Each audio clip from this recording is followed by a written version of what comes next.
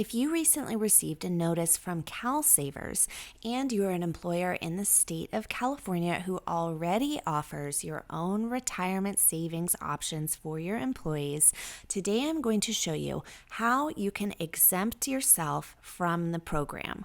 There is one step that you need to do in order to make sure that you are state compliant and notify the program that you are exempt. In order to do this, you're going to visit calsavers.com. Scroll down until you see this area where you can click Register or Exempt. Enter in your federal EIN, your California payroll tax number, and your access code from Calsavers. Your Calsavers access code can be located on the notice that you received in the mail towards the middle of the document.